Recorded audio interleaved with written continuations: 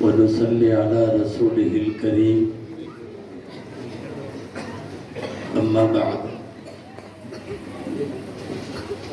فقد قال الله سبحانه وتعالى في كلامه القديم والفرقان الحميد أعوذ بالله من الشيطان الرجيم بسم الله الرحمن الرحيم لكل جعلنا منكم شرعة ومنهاجا صدق الله العظيم.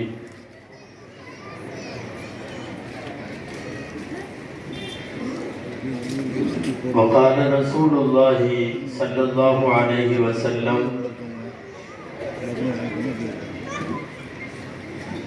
لا يؤمن أحدكم حتى يكون هواه تبعا لما جئت به صدق رسول الله صلى الله عليه وسلم. அளவற்ற அருளாளனும் நிகரற்ற அன்புடையோனுமாகிய எல்லாம் வல்ல அல்லாஹுவின் பெயரால் துவங்குகிறேன். அருமை நாயகம் முஹம்மது ரசூலுல்லாஹ் ஸல்லல்லாஹு அலைஹி வஸல்லம் அவர்களின் மீதும் நற்பாக்கியங்கள் நிறைந்த அவர்களுடைய உம்மத்தின் மீதும் குறிப்பாக இந்த முப்பெரும் விழாவிலே பங்கேற்றிருக்கிற நம் அனைவர் மீதும் எல்லாம் வல்ல அல்லாஹுவின் நல்லருள் என்றென்றும் நிறைவாக உண்டாவதாக. ஆமீன்.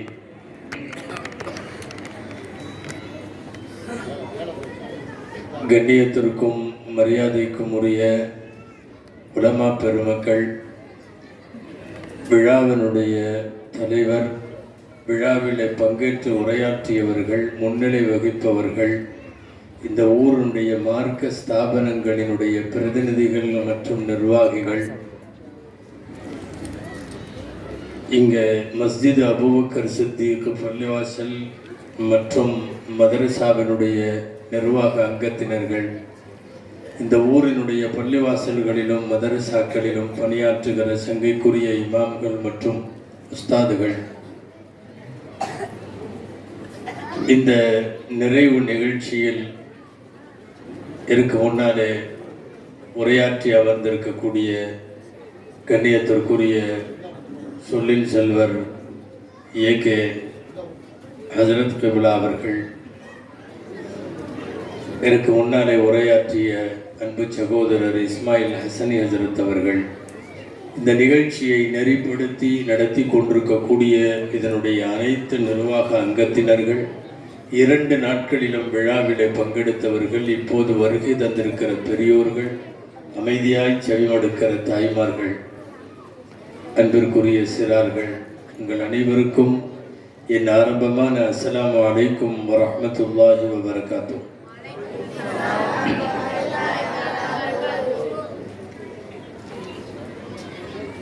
அல்லாஹுவின் பேரருளால் அழிவு தரும் அந்நிய கலாச்சாரம் என்ற ஒரு கருப்பொருள் தந்து இதில் உரையாற்ற வேண்டும் என்று நான் அமர வைக்கப்பட்டிருக்கிறேன். துவா செய்வோம். எல்லாம் வல்ல அல்லாஹ் பயன் தரும் விஷயங்களை பேசவும் நாம் கேட்கவும், தொடர்ந்து அது குறித்து சிந்திக்கவும், வரும் நாட்களிலே செயலாற்றவும் எல்லாம் வல்ல இறைவன் அருள் புரிவானாக. ஆமீன்.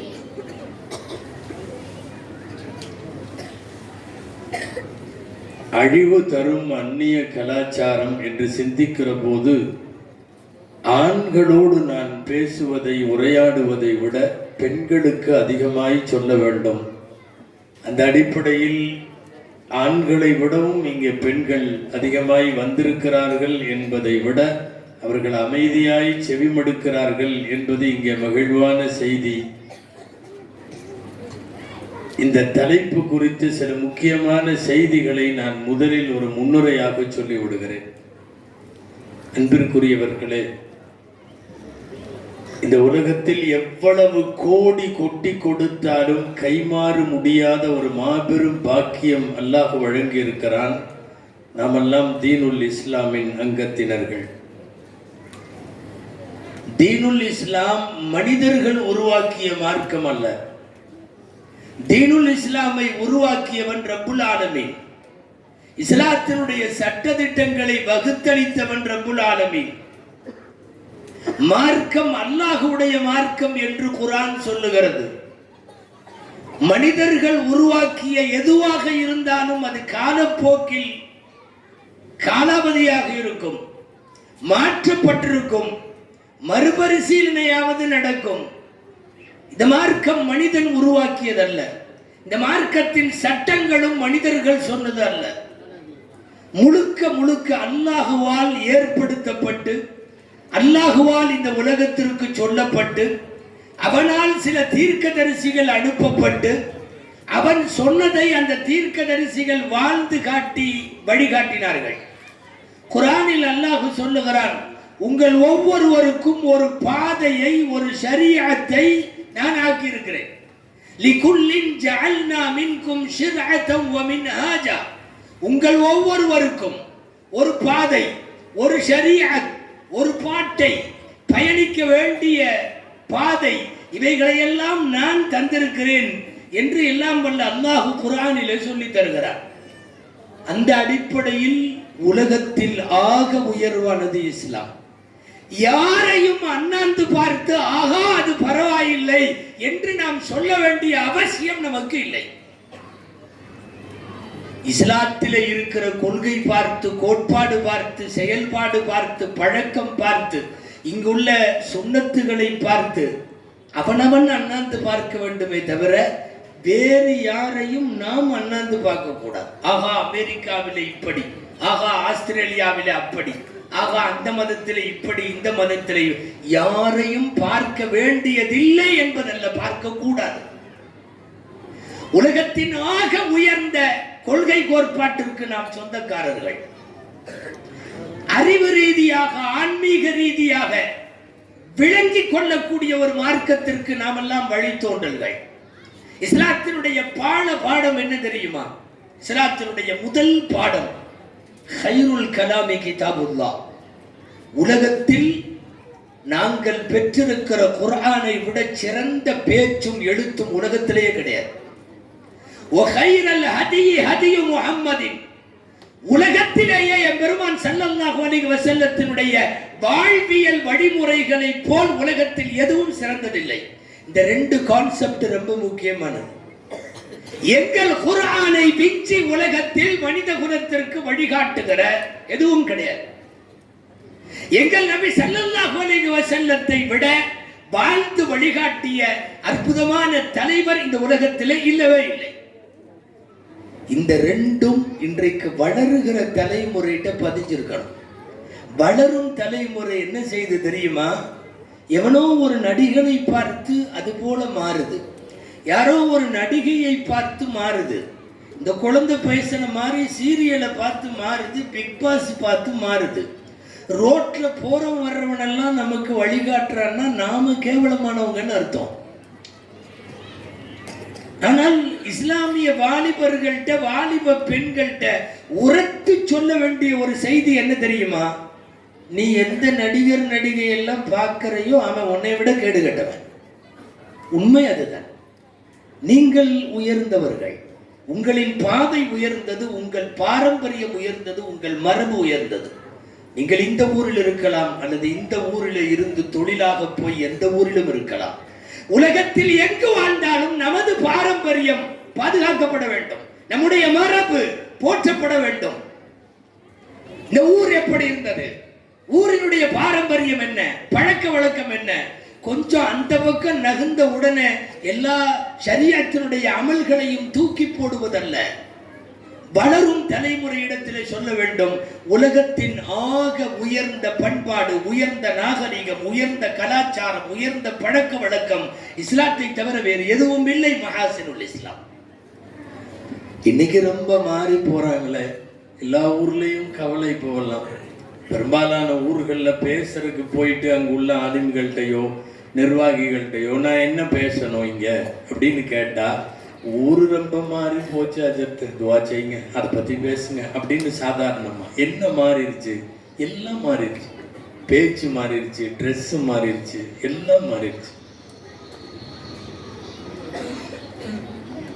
அவங்களுடைய ட்ரெஸ் கோடு, அவர்களுடைய வெட்கம் இல்லாத தன்மை, குடும்பத்துக்கும் ஊருக்கும் சம்பந்தம் இல்லாத அவர்களினுடைய நடைமுறை,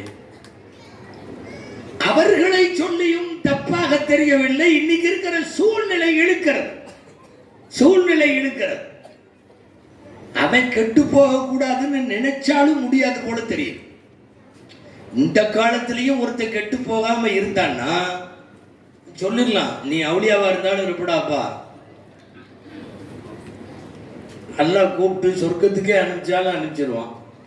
இந்த காலத்தில் ஏனென்றால் கெட்டு போவதற்குள்ள முகாந்திரங்கள் அனைத்தும் எல்லா தரப்பிலையும் இருக்கிறது. நீங்க கேள்விப்பட்டிருப்பீங்க அடிக்கடி ஒரு ஹதீஸ் ஒன்று, நபி ஸல்லல்லாஹு அலைஹி வஸல்லம் சொல்லுவாங்க, ஒரு காலம் வரும், மார்க்க சட்டங்களின் பிரகாரம் ஒரு மனிதன் வாழுவது கையில நெருப்பு கங்கை வைத்திருப்பதற்கு சமம். அஸ்ஸாபிரு ஃபீஹிம் அலா தீனிஹி கல் காபிதி அலல் ஜம்ரி பில் யத். கையில நெருப்பு கங்கை வைத்திருப்பவன் எப்படி வச்சிருப்பான்? ஸ்டேபிளா வச்சிருப்பானா? அசையாம முடியாது. துள்ளுவான், துடிப்பான், அங்கே இங்கே உருட்டுவான், கீழே போட பார்ப்பான், கைகள் தடுமாறும் அல்லவா? நெருப்பு கங்கை கையில வைத்திருப்பதை போல இருக்கும் ஒருவனுடைய நிலைமை. யாரு ஷரியத் சட்டப்படி வாழ வேண்டும் நினைச்சா அவனால வாழ முடியாது, அவனால வாழ முடியாது. ஒரு 20 வயசு பையன் 5 நேரம் தொழுக போனான்னா வீட்டுல உள்ளவனே கூப்பிட்டு சொல்றான், என்ன சும்மா பள்ளியாச்சலுக்கு போற, இப்படி போயிட்டு இருந்தீங்கன்னா உனக்கு யார் பொண்ணு தருவா? பள்ளிவாசலுக்கு போனா பொண்ணு தர மாட்டானுங்களா? எதுக்கு இத்தா பெரிய தாடி வச்சிருக்க? எங்க போய் பொண்ணு பார்க்கறதுன்னு நினைச்சிட்டு இருக்கிற? தாடியெல்லாம் அப்புறம் வச்சுக்கலாம், முதல்ல போய் ட்ரீம் பண்ணிட்டு வா. அதாவது மார்க்க நியதி பிரகாரம் ஒரு வாலிபன் தனது வாழ்க்கையை அமைக்க முடியல, நெருப்பு கண்களை வைத்திருப்பதற்கு சமம். நபி ஸல்லல்லாஹு அலைஹி வஸல்லம் சொன்னாங்க, அந்த மாதிரி ஒரு பொல்லாத காலத்திலும் ஒருவன் சரியாக வாழ்ந்தால் 50 சஹாபிகளுடைய கூலி. இந்த காலத்திலே ரசூலுல்லாஹ்வுடைய காலத்திலே வாழ்ந்த 50 பேருடைய தவாபு கிடைக்கும்னு சொன்னாங்க ரசூல் ஸல்லல்லாஹு அலைஹி வஸல்லம். நான் சொல்ல வருவது, கால சூழ்நிலைகளில் காட்சிகளும் இன்றைக்கு வளர்த்திருக்கிற தொழில்நுட்பங்களும் திரும்பிய பக்கமெல்லாம் நம்மை இழுத்து விடுகின்ற காணொளிகள், காட்சிகள், இது எல்லாமே அவனை தொடர்ந்து கெடுக்கிறது, எல்லாத்தையும் கெடுத்து வச்சிருக்கு. அதுவும் இந்த நல்லா வந்துச்சு மொபைல் போனும் உள்ள யூடியூபு, ஃபேஸ்புக்கு, வாட்ஸ்அப்பு, நிலைமை என்ன தெரியுமா? குழந்தையிலிருந்து கிளவி வரை கெட்டு போச்சு. நான் சிரிக்கிறதுக்கு சொல்லலை, கிளவி ரேஞ்சுக்கு கெட்டிருக்குது, குழந்தை ரேஞ்சு கெட்டிருக்குது, வயசு பொண்ணு அதோட ரேஞ்சு கெட்டிருக்குது, குடும்ப பொம்பளை அதோட ரேஞ்சு கெட்டிருக்கு. ஒரு ஹதீஸ் ஞாபகம் வருது, ஹஜ்ரத் அப்துல்லாஹ் இப்னு மஸ்ஊத் ரலியல்லாஹு அன்ஹு அறிவிக்கிறார்கள், சமிஅது மின் நபியிக்கும் அஸ்ஸாதிக் வல் மஸ்தூக். உண்மை பேசும், உண்மைப்படுத்தப்படும் ரசூலுல்லாஹ்விடம் நான் கேட்டேன், நாயகம் சொல்ல நான் கேட்டேன். என்ன கேட்டேன்? என்ன சொல்றாங்க ரசூலுல்லாஹ்? லா யஅதி அலைக்கும் ஸமானுன் இல்லல்லதி பஅதஹு அஷர்ரு மின்ஹு. இனிமேல் உங்களுக்கு வரும் எந்த காலமும் முந்தைய காலத்தை விட கெட்ட காலமாகவே இருக்கும். இல்லல்லதி பஅதஹு அஷர்ரு மின்ஹு. முந்தைய காலத்தை விட இந்த காலம் கெட்டு போனது. அநேகமா நீங்க மறுக்க மாட்டீங்கன்னு நினைக்கிறேன். இந்த விஷயத்தை கொஞ்சம் யோசிச்சாவே போதும். போன காலத்தை விட நீங்க உடனே யோசிக்க கூடாது, போன காலத்தை விட நம்ம நல்லா இருக்கோம், இப்போலாம் போன் இருக்குது, வசதி இருக்கு, வாய்ப்பு இருக்கு, அப்படி இப்படி கையில சுவிட்சை தட்டுறோம், அதை பண்றோம், இதை பண்றோம், இப்படி அமுத்தணும்னு அமெரிக்காவுக்கு பேசுறோம். முதல்ல எல்லாம் அப்படி இருந்துச்சா? ஒரு ட்ரங்கால் போட்டு காத்து கிடந்து ஒரு லேண்ட்லைன்ல அதுல இதுல போனே பேச முடியாத காலம். இப்போலாம் எவ்வளவு முன்னேறி இருக்கோம். அந்த காலத்துல, அதாவது இன்னைக்கு வரைக்கும் சில பேர் என்ன நினைக்கிறாங்கன்னா, நமக்கு முன்னாடி வாழ்ந்தவன் பூரா விவரம் இல்லாதவன், நாம மட்டுமே நல்ல விவரமா பயங்கரமா இருக்கோம் அப்படிங்கிற மாதிரி எல்லாம் நினைக்கிறாங்க. ரசூலுல்லாஹ் சொல்ல வர்றது என்ன தெரியுமா? உங்களிடம் வரக்கூடிய காலம் எல்லாம் முந்தைய காலத்தை விட அடுத்த காலம் என்பது மோசம். ரசூல் ஸல்லல்லாஹு அலைஹி வஸல்லம் வஃபாத்தானதற்கு பிறகு அடுத்த நூற்றாண்டிலேயே கொஞ்சம் வித்தியாசம் தெரிஞ்சது. அதுக்கப்புறம் ரொம்ப தெரிஞ்சது. தேஞ்சு என்னமோ தேஞ்சு கட்டெரும்பான மாதிரிம்பாங்கல்ல, இன்னைக்கு எல்லாம் கெட்டு போயிருக்கிறது. முந்தைய காலத்தை விட மிகவும் மோசமாக இருக்கிறோம். பெரிய ஆராய்ச்சியெல்லாம் தேவையில்லை. இப்போ நான் சொல்ற ஹதீஸுக்கு ரொம்ப பெரிய ஆராய்ச்சியெல்லாம் வேணாம். 50 வருஷத்துக்கு முன்னாடி உள்ளவங்க வேணாம், 30 வருஷத்துக்கு முன்னாடி உள்ளவங்கெல்லாம் நல்லவங்க நம்மளை விட அப்படிங்கிறதுக்கு ஒரே ஒரு ஆதாரம் என்ன தெரியுமா? அவங்களெல்லாம் மொபைல் இல்லாமல் வாழ்ந்தாங்க. இந்த ஒன்று பத்தாது. ஆனால் இன்னைக்கு இந்த மொபைல் வந்ததுக்கு அப்புறம் இங்கே படுற பாடும், இங்கே நடக்கிற கூத்தும், இங்கே கெட்டு போகிற வாலிபம் இதெல்லாம் பார்த்தா நமக்கு ஒரு சந்தேகம் கூட வருது. அல்லாஹ் தஆலா மொபைல் இல்லாத காலத்தில் வாழ்ந்தவங்கள பூராமே கேள்வி கணக்கு இல்லாமல் சொர்க்கத்துக்கு அனுப்பிச்சிருவானா என்னமோ? இல்லை, ஆமாம் கேட்பான். நீ மொபைல் வச்சிருந்தியா? இல்லை, நீ போ ஜன்னத்துல் ஃபிர்தௌஸ் போ. ஏன்னா இது வந்த பிறகு பலா முசீபத்து எவ்வளவு கெடுத்திருக்கு தெரியுமா? எவ்வளவு பேர்த்து கெடுத்திருக்கு. ரசூல் ஸல்லல்லாஹு அலைஹி வஸல்லம் சொல்றபடி போன காலத்தை விட அடுத்த வரக்கூடிய காலம் மோசம். அந்த அடிப்படையில் இஸ்லாம் கடந்து வரக்கூடிய ஒரு 14 நூற்றாண்டுகளுக்கு பின்னாலே வந்திருக்கிற கடைசி தலைமுறையாக இருக்கிற நாம் தலைமுறை கெட்டு போனதை கண்ணாலே பார்த்து கொண்டிருக்கிறோம். இந்த ஹதீஸை சொல்றப்ப கூட நம்ம இளவட்டத்திட்ட எல்லாம் கொஞ்சம் பார்த்து தான் இந்த ஹதீஸை சொல்லணும், மெதுவாக விளங்குற மாதிரி. ஏன்னா அவன் குறுக்கேத்தமாக விளங்கிடுவான். அப்பன்னா நம்மளை விட அடுத்து வர்றவன் தானே மோசம், நம்ம பரவாயில்லையாம்பா. உண்மை என்னன்னா நாம் அவங்கள பார்க்க வேண்டியதில்லை, அடுத்த காலத்தை நமக்கு முன்னாலே உள்ளவர்களை விட நாம் எவ்வளவு தூரம் மோசமாக இருக்கிறோம் என்பது மட்டும்தான் இங்கே கவனிக்க வேண்டியது. நான் சொன்னது போல வயது வித்தியாசம் இல்லாமல், அதுவும் இந்த ஆன்லைன் ஒன்று இருக்கு பாருங்க. வெறும் மொபைல் மட்டும் இல்லை. இப்போ வெறும் மொபைல் இருந்துச்சுன்னா அது மௌத்தா போன மொபைல் மாதிரி. அதுக்குள்ளே எல்லாம் இருக்கணும். ஆன்லைன் இருக்கணும், வாட்ஸ்அப் இருக்கணும், ஃபேஸ்புக் இருக்கணும், எல்லாம் இருக்கணும். ஆன்லைன் இல்லாமல் இருந்தாவோ, ஏன் மொபைல் இல்லாமல் இருந்தாவோ நம்ம பையன் என்னமோ மௌத்தா போகிற மாதிரி ஃபீல் பண்ணுறான். ரூஹா போகுது. அந்த சார்ஜில் அப்படி அந்த பாயிண்ட் இறங்குவோம்ல பல்லு, இன்னும் ஒரே ஒரு பாயிண்ட் தான் இருக்கும். இவனுக்கு அப்போவே ஹார்ட் பீட்லாம் இறங்குது. எங்கேயோ ஏதோ போயிருமோ என்னமோ, சுவிட்ச் ஆஃப் ஆனால் ஆகிட்டு போகுது. இந்த மௌத்தாவை போயிடுற அது என்னமோ அவன் அப்படி தான் பேரே வச்சுருக்கான். அதுக்கு டெத் ஆயிடுச்சு. எது சார்ஜ் ஃபுல்லாக போயிடுச்சுன்னா கொஞ்சம் போட்டுக்கிறேன், என்னோடது டெத்து. அவன் மௌத்தா போன மாதிரி ஃபீல் பண்ணுறான். நீங்கள் ஒன்றும் இல்லை, இன்னைக்கு இருக்கிற வாலிபனுக்கு வாலிப பெண்ணுக்கு பெரிய பனிஷ்மெண்ட் தண்டனை கொடுக்கணும்னு நினச்சிங்கன்னா மொபைலை ஒரு நாள் பிடுங்கிட்டு விடுங்க, பெரிய தண்டனை அதுதான். வேற தண்டனை எல்லாம் வேண்டாம். அடிச்சா கூட வலிக்காது, திட்டனா உரைக்காது. மொபைலை பிடுங்கிட்டு விடுங்க, வருந்தி திருந்துவான். அது இல்லாம அவன மனைவி வேணாம், அத்தா அம்மா வேணாம், நண்பர்கள் வேணாம், சோறு தண்ணி வேணாம், மொபைலை மட்டும் முடிகிறது, அது மட்டும் வேணும். எதுவும் தேவையில்லை, அது வேண்டும். இன்றைய இளைய தலைமுறை கிட்டத்தட்ட அடிமைத்தனம்னு சொல்லல. இப்போலாம் சமீபத்தில் இந்த சைக்காட்ரிஸ்டுகள் சொல்றாங்க, சமீப காலங்களில் இளைஞர்கள்ட்ட பரவிட்டு இருக்கிற பெரிய வியாதி என்னன்னா ஐஏடின்னு சொல்றான். அதாவது இன்டர்நெட் அடிக்ஷன் டிசார்டர் அப்படின்ற மாதிரி ஒரு வியாதி. இன்டர்நெட் அடிக்ஷன் டிசார்டர் அப்படின்னா வேற ஒன்றும் இல்லை, இதுதான். ஆன்லைன்ல இல்லாம அவன் இருந்தான்னா அவன் மனோநிலை அவனுக்கு பாதிக்கப்படுது. ஆன்லைன் இல்லாமல் இருந்தால் அவனுடைய மனோநிலை பாதிக்கப்படுகிறது. மனச்சிதைவு. இந்த மனச்சிதைவுக்கு எக்கச்சக்கமான பேர் ஆளாகி இருக்கிறார்கள்.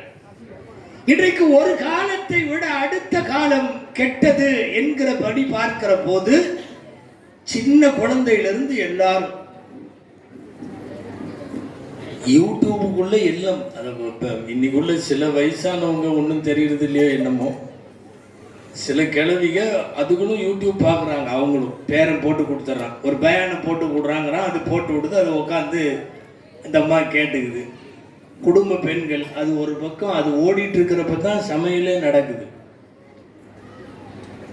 குழந்தை, பிஞ்சு குழந்தைங்க, இந்த சோறு விடுறதுக்கு இந்த இடுப்புல தூக்கி உட்கார வச்சு நிலாவை காட்டினது, பூச்சாண்டியை காட்டினது அதெல்லாம் போச்சு. போடலாம் விறுவிறுன்னு தட்டில் போட்டு வந்து மொபைலை ஆன் பண்ணி அந்த அனிமேஷனோ கார்ட்டூனோ என்ன இளவையோ அப்படி முன்னாடி வச்சு அதை தூக்கி உட்கார வச்சு வாயில எடுத்து அப்பனா அது 3 பிளேட் வேணாலும் சாப்பிடுது.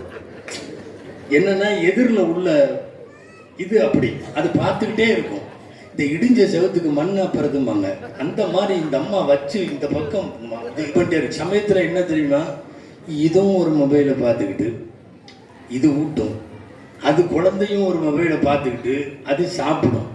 என்ன திண்டுச்சுன்னு அதுக்கும் தெரியாது, என்ன ஊட்டுச்சுன்னு இதுக்கும் தெரியாது. கடைசியா பூரா வாயை தொடச்சிட்டு மொபைலை தூக்கிட்டு போயிட வேண்டியது, அவ்வளோதான். இந்த திண்டதெல்லாம் செரிக்கும்னு நினைக்கிறீங்க? சாப்பிட மறுக்கிற குழந்தையிடம் தொடங்குகிறது ஆன்லைன். சக்கராத்து கிழவி வரைக்கும் அதுல தான் இருக்கிறாங்க. அதுவும் நம்ம பையனா அக்பர் ராத்திரி 1 மணி 2 மணி ஒரு 10-11 மணி ஆனவொன்னு அப்படி தூக்கம் தள்ளுமல்ல, இவன் அப்பதான் ஃப்ரெஷ் ஆகிறான். ஆஹா, நமக்கான நேரம் தொடங்கி விட்டது அப்படின்னு ரெடி ஆகிறான். 11 மணிக்கு மேல ஃப்ரெஷ் ஆகிறான். அப்பவும் அவன் ராத்திரி 1 மணிக்கெல்லாம் வந்து மூடி வச்சுட்டு படுக்கிறதெல்லாம் இல்லை. அந்த மொபைலா செத்து போய் என்ன விட்டுடான்னு சொல்லி அதோட சார்ஜும் போய் அதோட அந்த எத்தனையோ ஜிபி எல்லாம் போடுவான்னு சொல்றானுங்கல்ல, அந்த ஜிபி எல்லாம் முடிஞ்சு அது சக்கராத்துக்கு வருது. இல்லைன்னு தூக்கி போட்டு படுத்துருவான். மொபைல் மௌத்தா போகணும், அப்பதான் இவன் படுப்பான். இன்னைக்கு இருக்கிற பெரும்பாலான பேர் உலமாக்கள் எல்லாம் நிறைய சொல்லி கொண்டு வருகிறார்கள். உங்களுக்கு தெரியும், நைட்டு நீண்ட நேரம் விழித்திருக்கிற வீட்டுல பரக்கத்து இருக்காது. பரக்கத்து இருக்காது. இது கிதாபுகள்ல வர்ற செய்தி. புகாரி ஷரீஃபினுடைய ஹதீஸ், கானன் நபி ஸல்லல்லாஹு அலைஹி வஸல்லம் யக்ரஹு நௌம கப்ல இஷா வல் ஹதீஸ பஅதஹு. இஷாவிற்கு முன்னால் தூங்குவதை நாயகம் வெறுத்தார்கள், இஷாவுக்கு பின்னால் பேசிக் கொண்டிருப்பதை நாயகம் வெறுத்தார்கள். இஷாவுக்கு முன்னாடியே தூங்க வேண்டாம். அந்த காலத்துல ஏன் அப்படி சொல்றாங்க, இஷாவுக்கு முன்னாடி எல்லாமா தூங்குவாங்க அப்படின்னு நாம நினைக்கிறோம். நம்ம வியாபாரம் மும்முரமான நேரமே அதுதானே, அங்கெங்க போய் தூங்குறது அப்படின்னு. அந்த காலத்துல வந்து சாப்பாடு மகரிப் பிறகு, அரபுகள்கிட்ட இன்னைக்கு வரைக்கும் கூட அந்த பழக்கம் எல்லாம் இருக்கு. இந்த சாப்பிட்டு முடிச்ச உடனே தள்ளும். ஃபுல்லா சாப்பிட்டு முடிச்சிங்கன்னு வைங்களேன், உங்களுக்கு நல்லா புரியுற மாதிரி சொல்லணும்னா சகர் செஞ்சுட்டு ஃபஜ்ர் தொழுகையை கொஞ்சம் யோசனை பண்ணி பாருங்க. நம்ம அங்கே வீட்டிலையே அப்படி ஒரு 2 உளுந்துட்டு அப்படியே படுத்துடலான் இருப்போம். சில பேருக்கு சகர் மட்டும்தான் இருக்கு, ஃபஜ்ர் இல்லை. யோசிச்சு பாருங்க. சாப்பிட்ட உடனே அவங்க தூங்கிடக்கூடாதுங்கிறதுக்காக சொன்ன வார்த்தை, இன்னஹு யக்ரஹு நௌம கப்ல இஷா. இஷாவிற்கு முன்னால் அவர்கள் தூக்கத்தை வெறுத்தார்கள். வல் ஹதீஸ பஅதஹு, இஷாவுக்கு பின்னால் பேசிக் கொண்டிருப்பதை. பேசுறதுன்னா இது எல்லாம் தான்.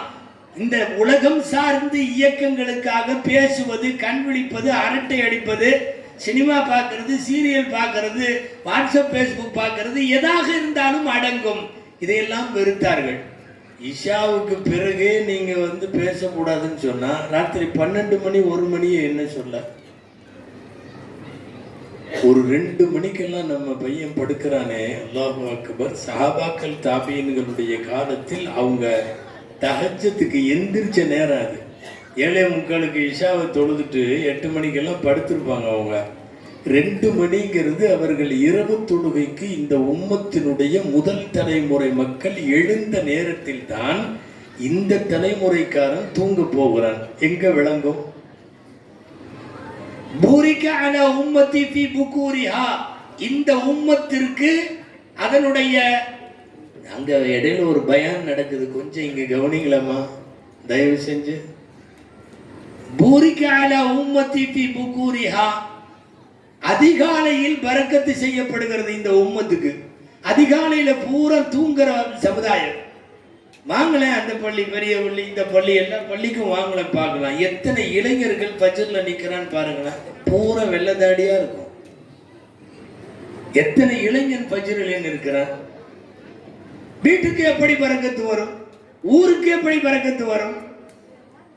அதிகாலை நேரமெல்லாம் இப்படி போனதற்கு பிறகு அன்பிற்குரியவர்களே, நாடு மாறினாலும் உலகம் மாறினாலும் காட்சிகள் மாறினாலும் காலத்தால் அதன் கோலங்கள் மாறினாலும் இஸ்லாம் மாறாது, இஸ்லாத்தினுடைய கலாச்சாரம் மாறாது. நான் தயவு செய்து வாலிபர்களிடம், வளரும் தலைமுறையிடம், அதே போல பருவ பெண்களிடம் சொல்லுகிறேன், இஸ்லாமிய கலாச்சாரத்தோடு வாழுங்கள். உலகத்தில் எங்கு வாழ்ந்தார் இஸ்லாமிய கலாச்சாரத்தை விட உயர்ந்த கலாச்சாரம் இல்லை. நல்ல மானமுள்ள முஸ்லிம் யாரு தெரியுமா?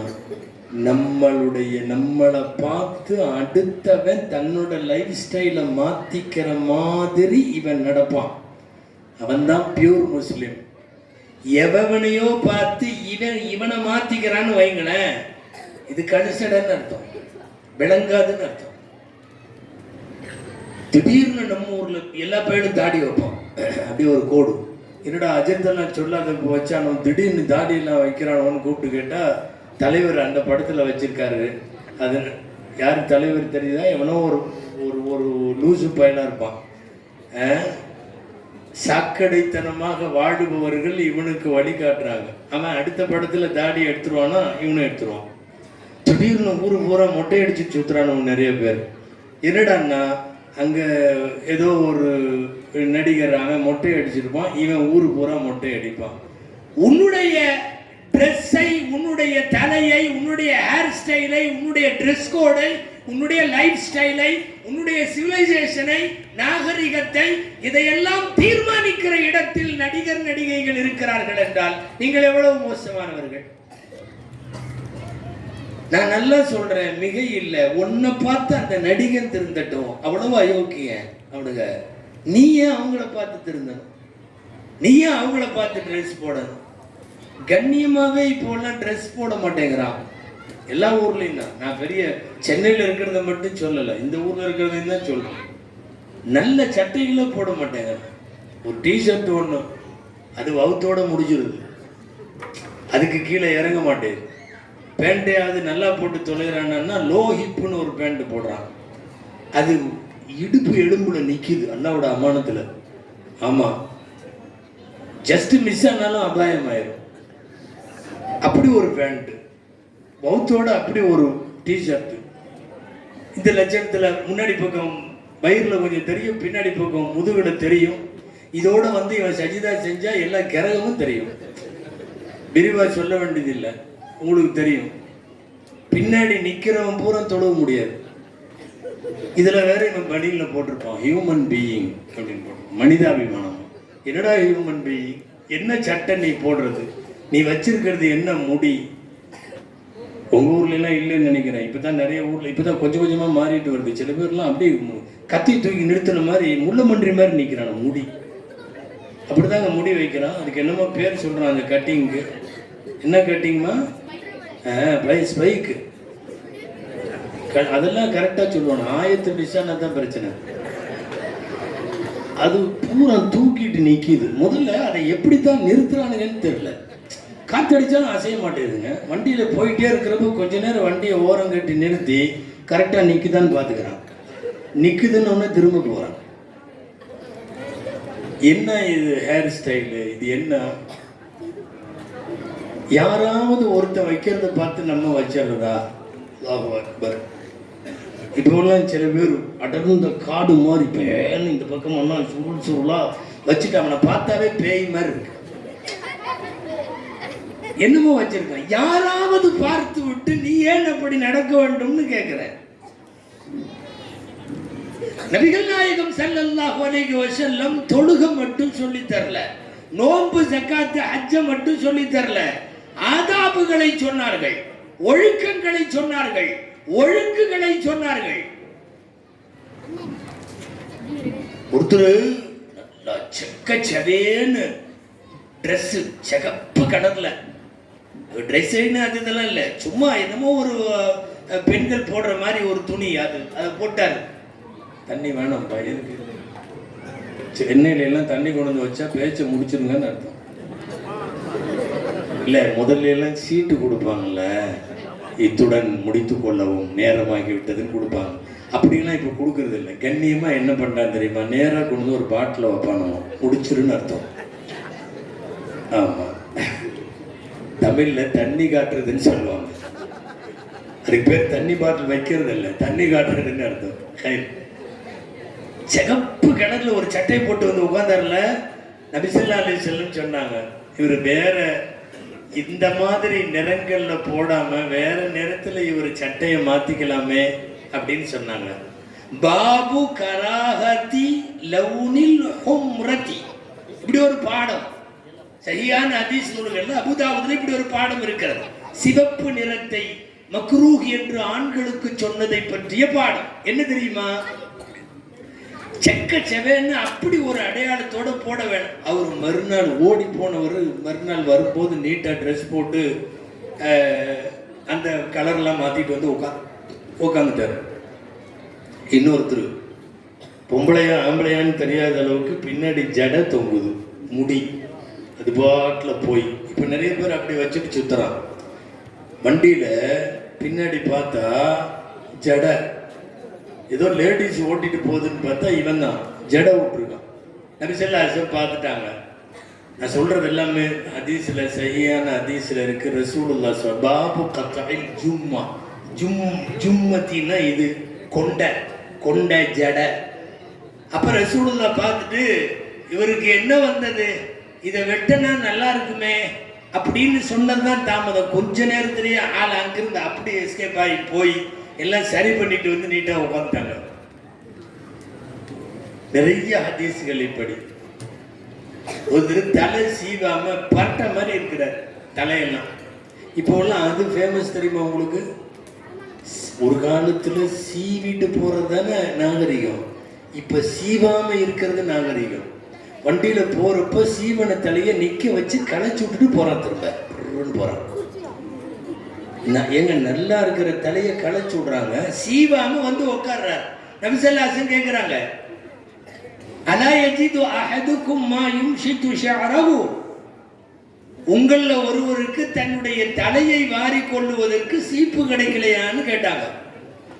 பொதுவா நீ ஏன் இப்படி வர்ற அப்படின்னு கையை காட்டாம, இது ரசூலுல்லாஹ்வுடைய பாணி, உங்களில் ஒருவருக்கு தலைவாரி கொள்ளுவதற்கு சீப்பு கிடைக்கவில்லையா அப்படின்னு கேட்டாங்க.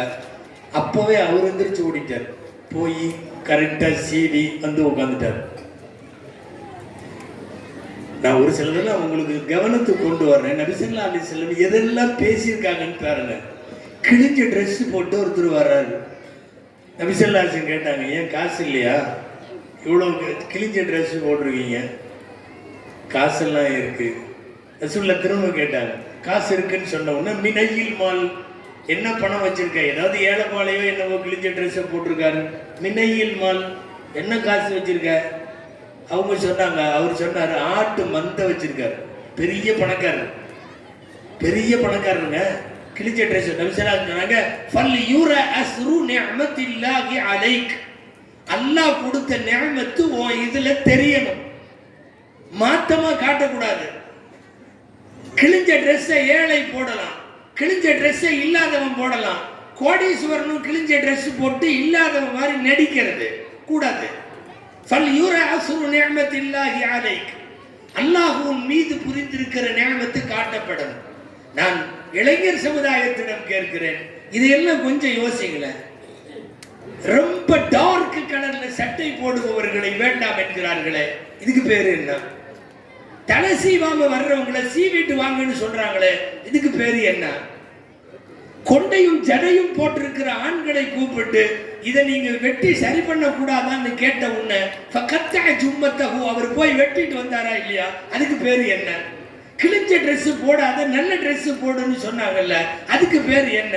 நான் சுருக்கமாக சொல்லுகிறேன், நாயகம் வணக்கங்களை சொல்லி கொடுத்ததை விட ஒழுக்கங்களை தான் சொல்லி கொடுத்தார். ரசூலுல்லாஹ் வாழ்க்கை நீங்க வேணும்னா ஒரு விவாத அரங்கமே வைக்கலாம், ஒரு பட்டிமன்றமே நடத்தலாம். நபிகள் நாயகம் அதிகம் கற்று தந்தது வணக்கமா ஒழுக்கமா? நிச்சயமா ஒழுக்கம்தான். 1000 ஒழுக்கம் சொல்லி கொடுக்கிற இடத்தில் 10 வணக்கம் சொல்லி கொடுத்தார்கள், அவ்வளவுதான். வெறும் வணக்கம் போதித்தவர்கள் அல்ல ரசூல். ரசூலுடைய வருகையினுடைய தனிப்பட்ட அடையாளமே என்ன தெரியுமா? அஹ்லாக் என்கிற நற்குணங்கள். ரசூலுல்லாஹ் சஜிதா செய்யறத மட்டும் சொல்லி தரல. சில பேர் நினைச்சுக்கிறாங்க அப்படி மாறி மாறி தக்பீர் கட்டி தொழுதுட்டே இருக்கலாம், வார வாரம் 4 நோன்பு வச்சுக்கிட்டே இருக்கலாம், பக்கத்து வீட்டுல சண்டை, வீட்டுல புருஷமான சண்டை, வாங்கின கடனை கொடுக்கறது இல்ல, எக்கச்சக்கமான தப்பு தண்டா. பார்த்தா தக்பீர் கட்டினா மட்டும் அவர் வாட்டில தொழுதுகிட்டே இருப்பாரு. என்ன அல்லாட்ட மட்டும் நல்ல பிள்ளையாளர்களா? நபிகள் ஸல்லல்லாஹு அலைஹி வஸல்லம் ஒழுக்கம் சொல்லி கொடுத்தார்கள். இன்னைக்கு சொல்றேன்னு வருத்தப்பட வேண்டாம், நல்லா படிச்சிருக்காங்க இன்னைக்கு தலைமுறை, ஆண்களும் சரி பெண்களும் சரி, நிறைய பட்டதாரிகள், உயர்ந்த கல்வின்னு சொல்லி அசத்து இப்ப பேசினாங்கல்ல, எங்கே அசத்து, அதாவது எம்ஏ பிஏ எல்லா உண்மைதான், எல்லா பட்டமும் வாங்கியிருக்கீங்க, ரைட்டு. கல்வி வருகிற இடத்தில் கூடவே ஒழுக்கம் வந்திருக்கணும். அதுதான் கல்வி, அதுதான் நல்ல கல்வி. இன்னைக்கு என்னன்னா, படித்தவன் எல்லாம் பண்பாட்டை கெடுத்து விடுகிறான், ஊரை நான் படிக்கிறதையே குறை சொல்றேன், இவங்கெல்லாம் ரொம்ப அடிப்படைவாதிகள், பழமைவாதிகள், ஃபண்டமெண்டலிஸ்டுகள் இப்படித்தான் பேசுவாங்க. ஏன்னா இந்த ஊர்ல அப்படிலாம் சொல்றதுக்கு எப்பவுமே ஆள் இருப்பாங்க. நான் அதனால தெளிவா சொல்லிடுறேன், நாங்க ஃபண்டமெண்டலிஸ்ட் எல்லாம் இல்ல, பழமைவாதி அல்ல. எல்லாரும் படிக்கட்டும், உயர்ந்த படிப்பு படிக்கட்டும். படிப்பு எவ்வளவு தூரம் உங்களுக்கு வருகிறதோ அவ்வளவு தூரம் ஒழுக்கமும் வர வேண்டும். ஒழுக்கம் இல்லாம என்ன கல்வி பெரிய? என் புள்ள பிஎஸ்சி படிச்சிருக்கு, ஆமா ரைட்டு, ஒரு புர்காவும் பருதாவும் இல்லாம ஊர்ல சுத்துது, அப்புறம் என்ன பிஎஸ்சி? துவரங்குறிச்சியில் இருக்கிற தன முக்காடு பக்கத்துல புத்தகத்தை போனா காணாம போயிருது, அங்கிருந்து இன்னும் கொஞ்சம் தள்ளி மணப்பாறைக்கு போயிட்டு அங்கிருந்து காணாம போயிருது. இங்க வேற புர்கா, அங்க வேற புர்கா, இங்க இருக்கிற தலை மூடு முகமெல்லாம் வேற, அங்க வேற. இது என்ன அடிப்படை? அதாவது கல்வி வேண்டும், கூடவே ஒழுக்கம் வேண்டும். நான் சும்மா எல்லாத்துக்கும் புரியுறதுக்காக உதாரணமா சொல்றேன். நல்லா படிச்சாலும் வண்டி ஓட்டிட்டு போயிட்டே இருக்காரு, சும்மா ஒரு சைக்கிளோ ஸ்கூட்டரோ அப்படி போறாருன்னு வைங்களேன், ஒரு சின்ன சந்து இந்த மாதிரி இடம் போய் ஒருத்தர் மேல, அவர் அப்பாவி ஏதோ பாமரர், அவர் மேல டக்குன்னு அப்படி முட்டுறாரு. முட்டினோம்னா அந்த ஆள் திரும்புவோம், இடிச்சு யாரு மேல இடிச்சுமா திரும்புவோம், திரும்பி பார்த்துட்டு டிப் டப்பா இருக்கும்ல, நம்மளை பார்த்து என்ன கேட்பா தெரியுமா? பார்த்தா படிச்ச மாதிரி இருக்க அப்படிமா, எடுத்த உடனே அதான். நீங்க உடனே இதெல்லாம் என் சிலபஸ்ல வரலன்னு சொல்ல முடியாது. இது நான் படிச்சது பாட்டனி படிச்சேன், பயாலஜி ஜுவாலஜி படிச்சேன், இது தெருவில் இடிக்கிறது. அவன் கேள்வி என்ன தெரியுமா? பார்த்தா படிச்ச மாதிரி இருக்கு. அப்படின்னா என்ன அர்த்தம் தெரியுமா? படிச்சவன் தப்பு பண்ணக்கூடாது, படிச்சவன் ஒழுக்கம் மீறக்கூடாது, படிச்சவன் ஒழுக்கீனமா இருக்கக்கூடாது. ஆனால் கல்வியும் பட்டங்களும் உங்களுக்கு வர வர உங்கள் ஒழுக்கம் கேள்விக்குறியாகுமானால், உங்கள் வருதா கேள்விக்குறியாகுமானால், உங்களுடைய பள்ளிவாசலின் தொடர்பு துண்டிக்கப்படுமானால் நீ என்னதை படிச்ச? அப்புறம் சொன்னா படிக்கிறத தாக்கிறதும் வாங்க, நாங்க தாக்கல. படிப்போடு கூடி பண்பாடும் இருக்கட்டும். அவன் உண்மையாலுமே நல்ல கல்வியாளர். என்ன படிப்பு இவங்க படிக்கிறாங்கன்னு அந்த என்ன இளவுன்னே விளங்கல. ஆமா, 25 வயசு 30 வயசு தலாக்கு கேட்டு விண்ணப்பித்திருக்கிற ஆண்கள் பெண்கள் ஒவ்வொரு பள்ளியாசிலையும் இவ்வளவு ஃபைல் இருக்கு. நிறைய ஊர்கள்ல சிவில் கோர்ட்டுகள்ல, குடும்பவியல் நீதிமன்றங்கள்ல பாத்தீங்கன்னா இவ்வளோ வழக்குகள், ஆயிரக்கணக்கான வழக்குகள் போட்டுக்கிறதெல்லாம் யாரு தெரியுமா? 30 வயசு கீழே உள்ள பெண் பிள்ளை அல்லது 30 வயசு கீழே உள்ள ஆண். எனக்கு இந்த பொம்பை பெண்ணு வேணான்னு அவன் நிக்கிறான், எனக்கு இந்த புருஷன் வேணான்னு இது நிக்குது. நீங்க என்ன வாழ்ந்து விட்டீர்கள்? எத்தனை வருஷம் வாழ்ந்தீங்க? கல்யாணம் ஆகி 3 வருஷம் 4 வருஷம், பேருக்கு பின்னாடி பார்த்தா BSc MA BA BTech PhD லொட்டு லொசுக்கு ஏபிசிடி எல்லா பேரும் எழுதிக்கிறான். எழுதிக்கிட்டு எனக்கு தலா கொடு, எனக்கு குலா கொடு. நீங்கள் என்ன படித்தீர்கள்? இந்த ஊர்ல இருக்கிற நன்னிமாவும் ராதிமாவும், இந்த ஊர்ல இருக்கிற அந்த அம்மா இந்த அம்மா பெத்தம்மான்னு 70 வயசு 80 வயசு வீட்டுல வாழ்றாங்களே, 60 ஆண்டு காலம் அனுசரணையோடு குடும்பம் நடத்தினார்களே, சொல்லுங்க பார்க்கலாம், படிச்சது அவங்களா நீங்களா? நீ என்னத்தை படிச்ச? டிபார்ட்மெண்ட் வைஸ் ஏதாவது ஒரு துறையை படிப்பதல்ல, வாழ்க்கையில பட்டறிவும் அனுபவம் உள்ளவர்கள் அந்த கிழவிகள், மூதாட்டிகள். நான் சொல்லுகிறேன். நீங்க சொல்றீங்க அவங்க எல்லாம் படிக்காதவங்க, ஒண்ணும் தெரியாது. விவரம் என்ன தெரியாது? பல்வேறு கஷ்டங்களுக்கு இடையில் மேடு பள்ளங்களை தெரிந்து ஒரு குடும்பத்தில் 60 வருஷம் 50 வருஷம் பிள்ளைகள் பெற்று பேரம் பேத்திகள் பெற்று ஒரு குடும்பத்தில் வாழ்ந்து முடித்திருக்கிற நம்முடைய நன்னிமா ராதிமாவெல்லாம் இருக்காங்கல்ல, உண்மையில் கல்வியாளர்கள் அவர்கள் தான். நீ சும்மா 3 டிகிரியை பின்னாடி போட்டு 3 வருஷத்துல தலாக் கேட்டு நிக்கிறிய, யார் படிச்சவங்கன்னு சொல்லு. நான் திரும்ப சொல்லுகிறேன், இளைய தலைமுறைக்கு சொல்லுகிறேன், படிப்பு வேணும்னா ஒழுக்கமும் வேணும். மற்றபடி நிறைய பேர் நினைச்சுக்கிறாங்க நாங்க மொத்தம் 40 புக்கு 3 வருஷத்துல படிச்சு முடிச்சிட்டோம். 40 புக்கு படிச்சு முடிச்சு என்ன பண்றது? அதுக்கு பேர் இன்ஃபர்மேஷன், அதுக்கு பேர் நாலேஜ். ஒழுக்கம் அல்ல, ஒழுக்கம் நிறைந்த வாழ்க்கை அல்ல. The education is not information னு சொல்லுவாங்க. இந்த ஒரு ப்ராவர்ப்ல கல்வி என்பது தகவல் தெரிவது அல்ல.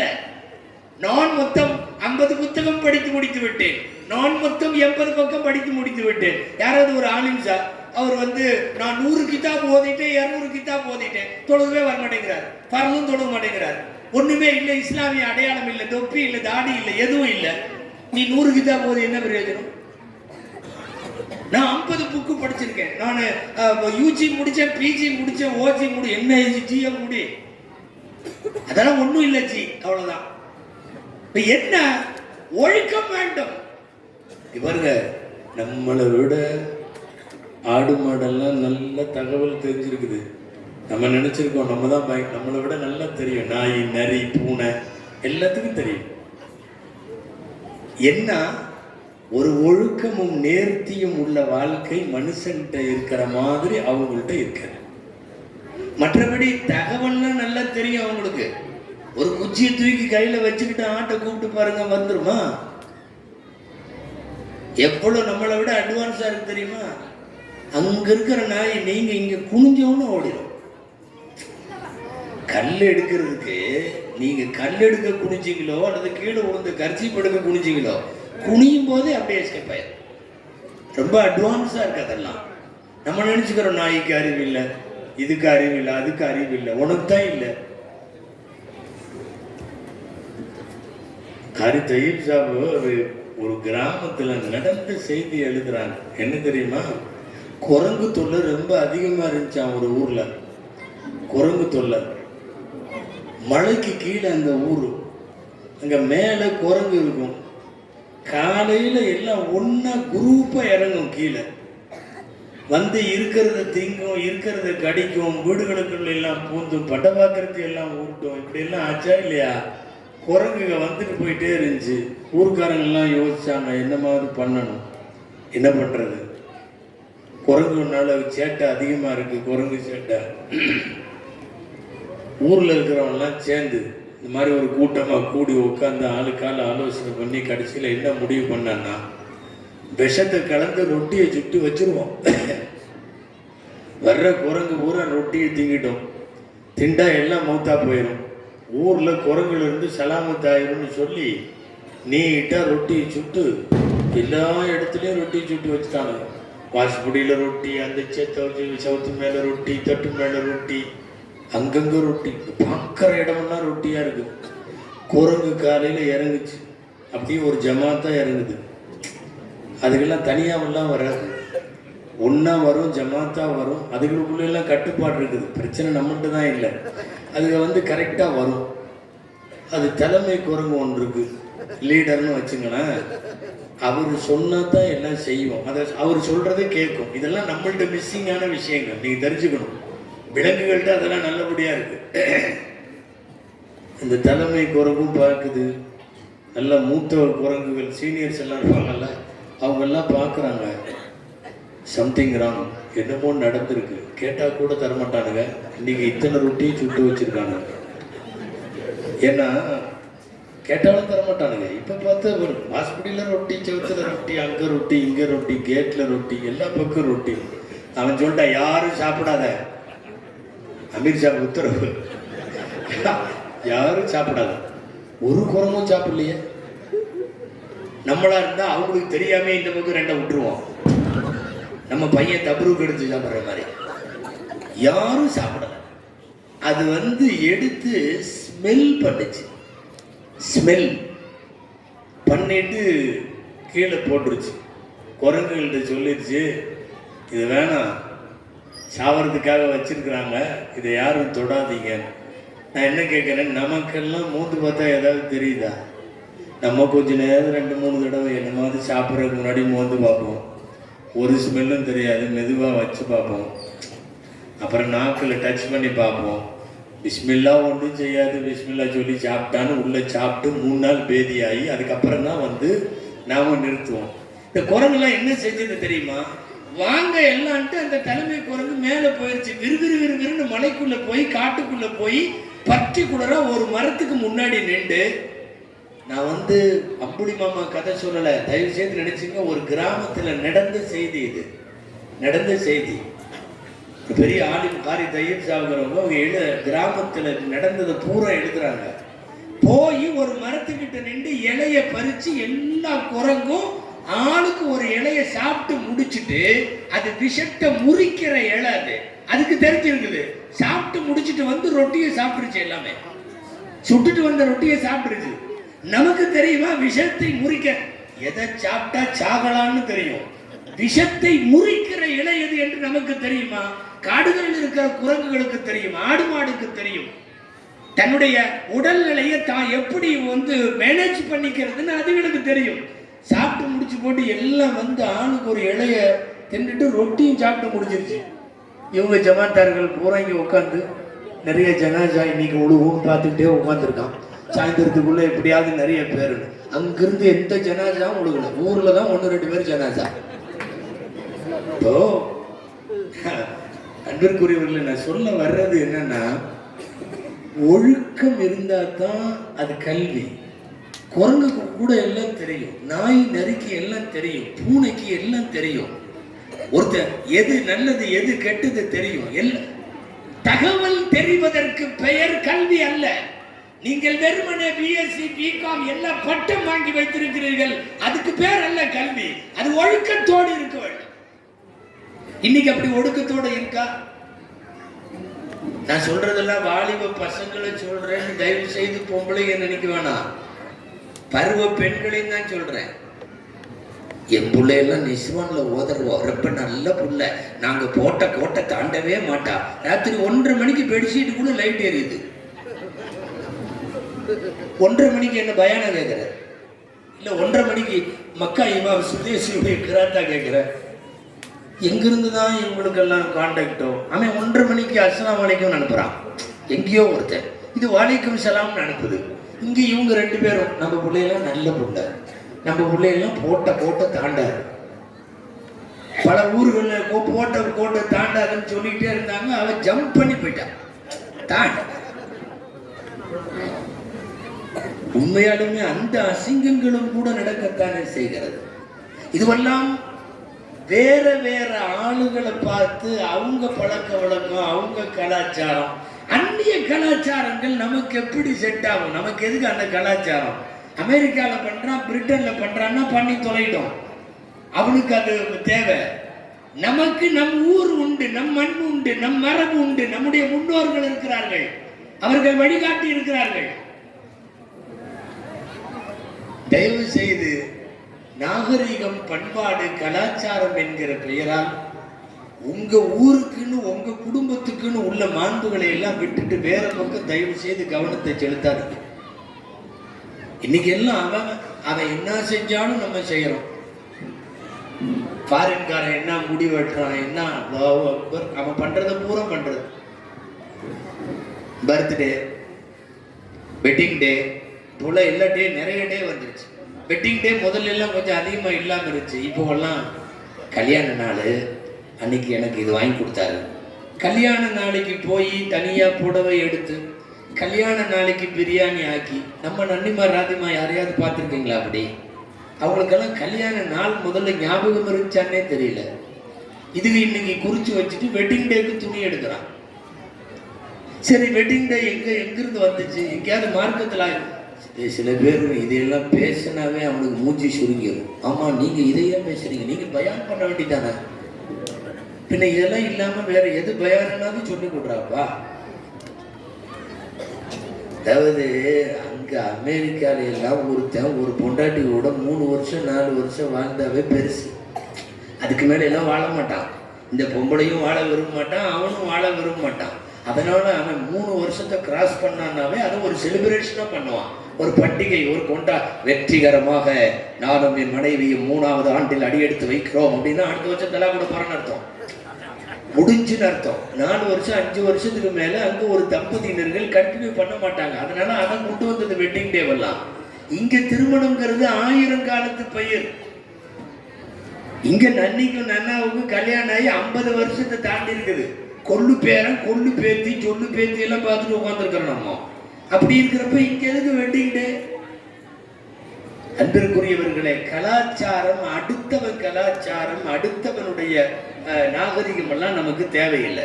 இதை செய்வதற்கும் சொல்லித் தருவதற்கும் சரியான இடம். நான் இதோடு முடிக்கிறேன். அன்பிற்குரியவர்களே, மதரசாக்கள், மதரசாவுடைய கல்வி. நான் கேள்விப்படுகிறேன், இங்கே நூற்றுக்கணக்கான குழந்தைகள் இந்த ஊர் மதரசாவிலே ஓதுகிறார்கள் என்று கேள்விப்படுகிறேன். நீங்க செய்யற வேலையிலேயே நல்ல வேலையா? எனக்கு அந்த வேலை மட்டும்தான் தெரியுது.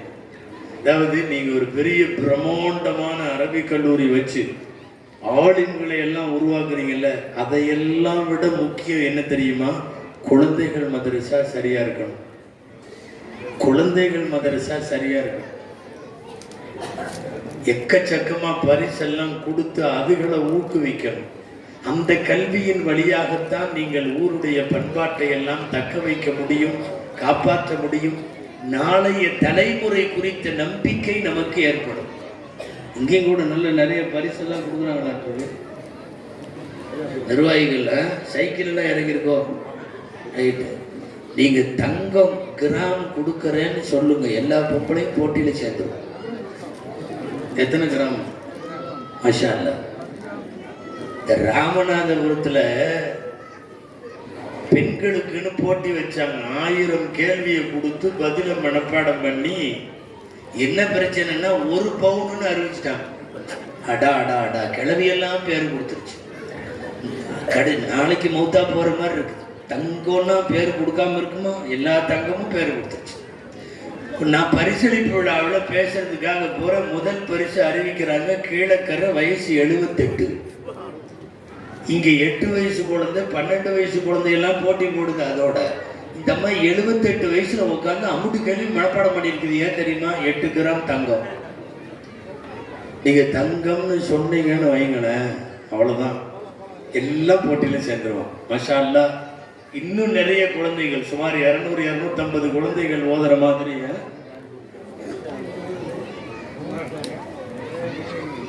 நகரத்தின் பல்வேறு இடங்களில் 100கணக்கில் ஓதுவதாக சொல்லுகிறார்கள். நீங்க இன்னும் பரிசெல்லாம் கொடுங்க. நான் இங்குள்ள நிர்வாகிகள்கிட்ட கேட்டுக்கிறேன், இந்த தங்கம் இதெல்லாம் கொஞ்சம் கூட்டுங்களேன். விலையும் கூடி இருக்குங்கிறீங்களா? கொடுங்க, ஒன்றும் தப்பில்லை. குழந்தைகளுக்கு ஒரே ஒரு செய்தி தாய்மார்களுக்காக சொல்றேன். இந்த ஹாரூன் ரஷீத் பாதுஷான்னு ஒருத்தர் இருந்தார். அப்பப்போ போட்டியெல்லாம் வச்சு பரிசு கொடுப்பார். உலமாக்களுக்கு கொடுப்பாரு, பெண்களுக்கு கொடுப்பாரு, நிறைய கொடுப்பார். ஒரு தடவை பெண்களுக்கு போட்டி அறிவிச்சிட்டார். போட்டி அறிவிச்சுட்டு தங்க காசுட்டார். அரசர் தங்க குடம், அவர் தான் தெரியுமே, அள்ளி கொடுப்பார். இத்தனை கிராம் அத்தனை கிராம் எல்லாம் இல்லை, பூரா தங்க காசு குத்தா அள்ளி கொடுக்கறது. ஆஹா, எல்லா பெண்களும் வந்து உட்காந்துட்டாங்க. கொஞ்சம் கேள்வியை டைட் பண்ணார். என்ன தெரியுமா? நான் கேள்வி கேட்பேன், சாதாரண கேள்விதான், பதில் சொன்னா ஒரு குத்து அள்ளி கொடுத்துருவேன் தங்க காசு. ஆனா ஒண்ணு, அதே கேள்வியை தான் அடுத்தவங்கள்ட்டையும் கேட்பேன். முதல்ல எந்த பெண்ணு பதில் சொல்லிச்சோ அந்த பதில் அடுத்த பெண்ணு சொல்லக்கூடாது. இது என்னடா இது? வந்து உட்காந்த ஒண்ணு கேட்டார், ஒரு நாளைக்கு ஃபர்து தொழுகைகள் எத்தனை ரகாத்து அப்படின்னாரு. ஆஹா, ஈஸியான கொஸ்டின். ஃபஜ்ர் 2, லொஹர் 4, அசர் 4, மகரிப் 3, இஷா 4. மொத்தம் எத்தனைங்க? 17. மாஷா அல்லாஹ்.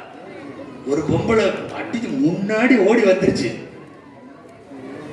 எஜமா, நான் பதில் சொல்றேன், சொல்லு. 17 ரகாத்துகள் அள்ளி கொடுத்துட்டாரு ஒரு கொத்து.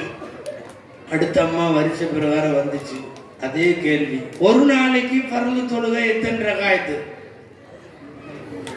அவர் ஹாரூன் ரஷீத் பாதுஷா கேட்டார். 17ன்னு சொல்லக்கூடாதான், பின்ன எப்படி சொல்கிறது? தங்க காசு வேற இழுக்குது, மின்னுது, கையை விட்டு எடுத்தா கணக்கு இல்லாமல் வேற கொடுக்குறாரு. அந்த மாதிரி சொல்லிச்சு 15. பொய் சொல்ற மாதிரி 15 எப்படின்னாரு மன்னர். நான் சொல்றது சும்மா அன்னைக்கு வெள்ளிக்கிழமை மத்தியானம் 2 ரக்காய் தானே, ஒரு குத்து வச்சுக்கோ. ஒரு குத்து கொடுத்தாச்சு, வாங்கிட்டு போயிருச்சு. 3வது ஒரு அம்மா வந்து நின்றுச்சு, அதே கேள்வி. நான் இதுக்கு மேல பேச மாட்டேன், பொட்டனை வந்துருச்சு, முடிக்க போறேன். சப்பல தொடங்குதுன்னாவே வாகுறு தாவானான்னு சொல்லிருக்கோம். 3வது ஒரு பெண் வந்துச்சல்ல, கேட்டார் ஒரு நாளைக்கு எத்தனை. அந்த அம்மாவுக்கு தங்க காசும் வாங்கி ஆகணும், விட்டுட்டு போக முடியாது. பதிலும் என்னன்னு தெரியல. கொஞ்ச நேரம் மூளையை கசக்கிட்டு நின்றது, சொல்லிருச்சு 11 ரக்காய் தண்டுச்சு. ஒரு நாளைக்கா எப்படி நம்ம சொல்லிச்சு. நான் சொல்ற பெண்ணு பிரயாணத்துல போயிட்டு இருக்கிற பொண்ணு, அந்த பொண்ணுக்கு 4 ரக்காயத்துக்கு பூரா 2 ரக்காய் தான். பிரயாணத்துல போனா ஃபஜ்ர் 2, லொஹர் 2, அஸ்ர் 2, இஷா 2, மகரிப் மட்டும் 3. பத்தி எவ்வளவாச்சு?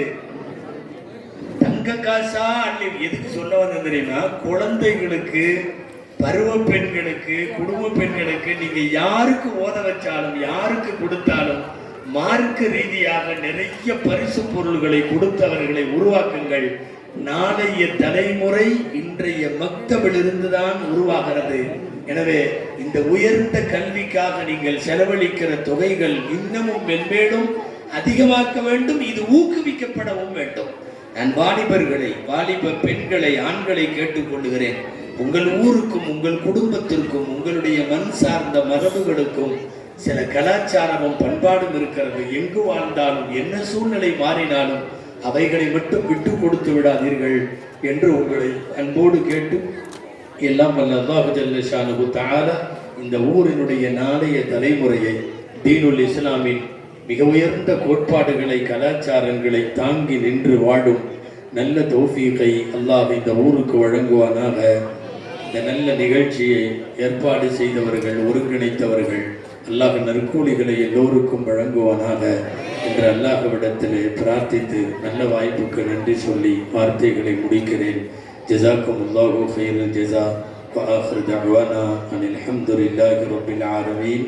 அஸ்ஸலாமு அலைக்கும் வரஹ்மத்துல்லாஹி வ பரகாத்துஹு. அரே தக்பீர். அகத்திய கேட